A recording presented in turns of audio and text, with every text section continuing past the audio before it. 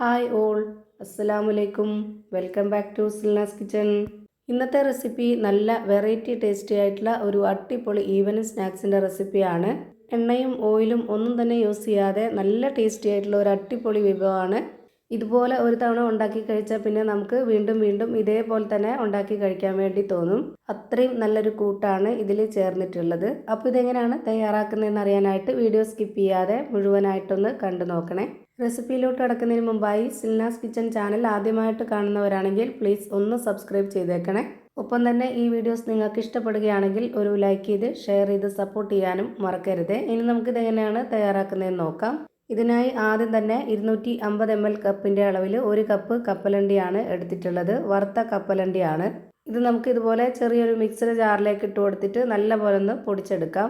ഈ ഒരു കപ്പലണ്ടിയുടെ എണ്ണമയം വരുന്നവരെ പൊടിക്കരുത്. ഇപ്പോൾ ഞാനിവിടെ പൊടിച്ചെടുത്തിട്ടുണ്ട്. ഇത് ഞാനൊരു ബൗളിലേക്ക് ഇട്ട് കൊടുക്കുകയാണ്. ഇനി ഇതിലേക്ക് വേണ്ടത് തേങ്ങയാണ്. ചിരകിയ തേങ്ങ 250 ml കപ്പിൻ്റെ അളവിൽ 1/4 കപ്പ് എടുത്തിട്ടുണ്ട്. അത് മുഴുവനായിട്ടും ഇതിലേക്ക് ഇട്ട് കൊടുക്കാം. ഇതിലേക്ക് ഫ്ലേവറിന് വേണ്ടിയിട്ട് ഏലക്കായ പൊടിയോ അല്ലെങ്കിൽ ഏലക്കായോ ഇട്ട് കൊടുക്കണമെന്നുള്ളവർക്ക് അങ്ങനെ ഇട്ട് കൊടുക്കാവുന്നതാണ്. ഞാനിവിടെ കപ്പലണ്ടി മിക്സ്ഡ് ജാറിലേക്ക് ഇട്ടപ്പോൾ അതിൻ്റെ കൂടെ 2 ഏലക്കയും കൂടെ ഇട്ട് കൊടുത്തിരുന്നു. അത് ഞാൻ കാണിക്കാൻ വിട്ടുപോയതാണ്. ഇനി ഇതിലേക്ക് ഒരു 2.5 ടേബിൾ സ്പൂൺ അളവിൽ പാൽപ്പൊടി ഇട്ട് കൊടുക്കാം. ഇനി ഓരോരുത്തർക്കും മധുരത്തിന് ആവശ്യമായിട്ടുള്ള പഞ്ചസാര ഇട്ട് കൊടുക്കാവുന്നതാണ്. ഞാനിവിടെ 4 ടേബിൾ സ്പൂൺ അളവിലാണ് പഞ്ചസാര ഇട്ട് കൊടുത്തിട്ടുള്ളത്.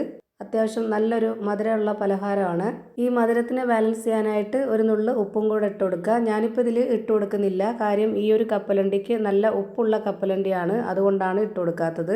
ഉപ്പധികം ഇല്ലാത്ത കപ്പലണ്ടി ആണെങ്കിൽ മാത്രം ഉപ്പിട്ട് കൊടുക്കുക. ഇനി അടുത്തതായിട്ട് വറുത്ത റവയാണ് വേണ്ടത്. ഞാനിവിടെ 250 ml കപ്പിൻ്റെ അളവിൽ 1 കപ്പ് റവ ഇതിലേക്ക് ഇട്ട് കൊടുക്കുന്നുണ്ട്. ഈ പലഹാരത്തിന് റവ എടുക്കുമ്പോൾ വറുത്ത റവ തന്നെ എടുക്കാൻ വേണ്ടി നോക്കുക. എങ്കിലേ കറക്റ്റ് പരുവത്തിലും ടേസ്റ്റിലൊക്കെ കിട്ടുള്ളൂ. ഇനി ഞാനിതിലേക്ക് 2.5 ടേബിൾ സ്പൂണോളം നെയ്യാണ് ഒഴിച്ചു കൊടുക്കുന്നത്. നല്ലൊരു മണമൊക്കെ ആയിരിക്കും ഈ പലഹാരത്തിന്. ഇനി വേണ്ടത് ലൈറ്റ് ആയിട്ടുള്ള ചൂടുള്ള പാലാണ്. 250 ml കപ്പിൻ്റെ അളവിൽ 1/4 കപ്പോളം പാലൊഴിച്ച് കൊടുക്കുന്നുണ്ട്. വെള്ളം ചേർക്കാത്ത നല്ല കട്ടിയായിട്ടുള്ള പാലൊഴിച്ച് കൊടുക്കുക. ഇനി ഇതെല്ലാം കൂടെ കൈവച്ച് നന്നായിട്ടൊന്ന് മിക്സ് ചെയ്തിട്ടെടുക്കാം. ഈ റവ നല്ല പോലെ ഒന്ന് കുതിർന്ന് കിട്ടണം. അതിന് വേണ്ടിയിട്ട് നമുക്കിതൊന്ന് റെസ്റ്റ് ചെയ്യാനായിട്ട് മാറ്റി വയ്ക്കാം. ഇപ്പോൾ ഇത് കുറച്ച് ലൂസായിട്ടാണ് ഇരിക്കുന്നത്. അപ്പോൾ കുറച്ച് കഴിഞ്ഞാൽ ഇത് നന്നായിട്ട് കറക്റ്റ് പരുവത്തിന് ടൈറ്റായിട്ട് കിട്ടും. അങ്ങനെ ഞാനിവിടെ 30 മിനിറ്റ് റെസ്റ്റ് ചെയ്യാനായിട്ട് മാറ്റി വെച്ചിട്ടുണ്ട്. 30 മിനിറ്റിന് ശേഷം ഇത് തുറന്ന് നോക്കിയിട്ട് ഇതുപോലെ മാവ് നമുക്ക് കൈകൊണ്ടൊന്ന് എടുത്ത് നോക്കുക. ഇതുപോലെ കറക്റ്റ് ഏത് ഷേപ്പിലാണോ നമുക്ക് റെഡിയാക്കി എടുക്കേണ്ടത് ആ ഷേപ്പിൽ നമുക്ക് കിട്ടും. ഇപ്പോൾ ഞാനിവിടെ ഈ ഒരു ഷേപ്പിലാണ് എടുക്കുന്നത്. ഇതേ വലിപ്പത്തിൽ ഓരോരുത്തർക്കും ഏത് ഷേപ്പിലാണോ വേണ്ടത് അതുപോലെ എടുക്കാവുന്നതാണ്. ഞാനിപ്പോൾ ഇവിടെ എല്ലാം വളരെ ചെറുതാക്കിയിട്ട് കനം കുറച്ചിട്ട് ഈ ഒരു രീതിയിലാണ് എടുത്തിട്ടുള്ളത്. ഏത് ഷേപ്പിലാക്കിയാലും കനം കുറച്ച രീതിയിൽ ആക്കിയെടുക്കുക. എങ്കിൽ നന്നായിട്ട് ഉള്ളു വെന്ത് കിട്ടും. ഞാനിപ്പോൾ ഇവിടെ ഓരോന്നോരോന്നായി ഇതുപോലെ തയ്യാറാക്കി ഒരു പാത്രത്തിലേക്ക് മാറ്റുന്നുണ്ട്. ഇനി ഇതെല്ലാം ആവിയിലാണ് വേവിച്ചെടുക്കുന്നത്. ഞാനിവിടെ ഇതുപോലൊരു കടായി എടുത്തിട്ട് അതിൽ കുറച്ച് വെള്ളം ഒഴിച്ചതിന് ശേഷം അതിലൊരു റിങ് ഇറക്കി വെച്ച് കൊടുത്തിട്ടുണ്ട്. എന്നിട്ട് ഒരു പ്ലേറ്റിലാണ് ഇതെല്ലാം അടുക്കി വെച്ച് കൊടുത്തിട്ട് അതുകൂടി ഇതിൻ്റെ ഉള്ളിലേക്ക് വെച്ച് കൊടുക്കുന്നുണ്ട്. എന്നിട്ട് ഇതിൻ്റെ അടപ്പെടുത്തിട്ടൊന്ന് അടച്ച് വെച്ച് കൊടുക്കാം. അതിൻ്റെ ഹോൾ ഭാഗത്ത് പേപ്പർ തിരികെ വെച്ച് കൊടുക്കുന്നുണ്ട്, എയർ ടൈറ്റ് ആയിട്ടിരിക്കാനാണ്. ഒരുപാട് സമയം തൊട്ട് വേവിക്കേണ്ട ആവശ്യമില്ല. ഒരു 10-20 മിനിറ്റ് നേരം ലോ ഫ്ലെയിമിലിട്ടിട്ട് വേവിച്ചെടുത്താൽ മതി. ഇപ്പോൾ ഇതാ നല്ല ടേസ്റ്റി ആയിട്ടുള്ള ഒരു അടിപൊളി വെറൈറ്റി പലഹാരം റെഡിയായി കിട്ടി.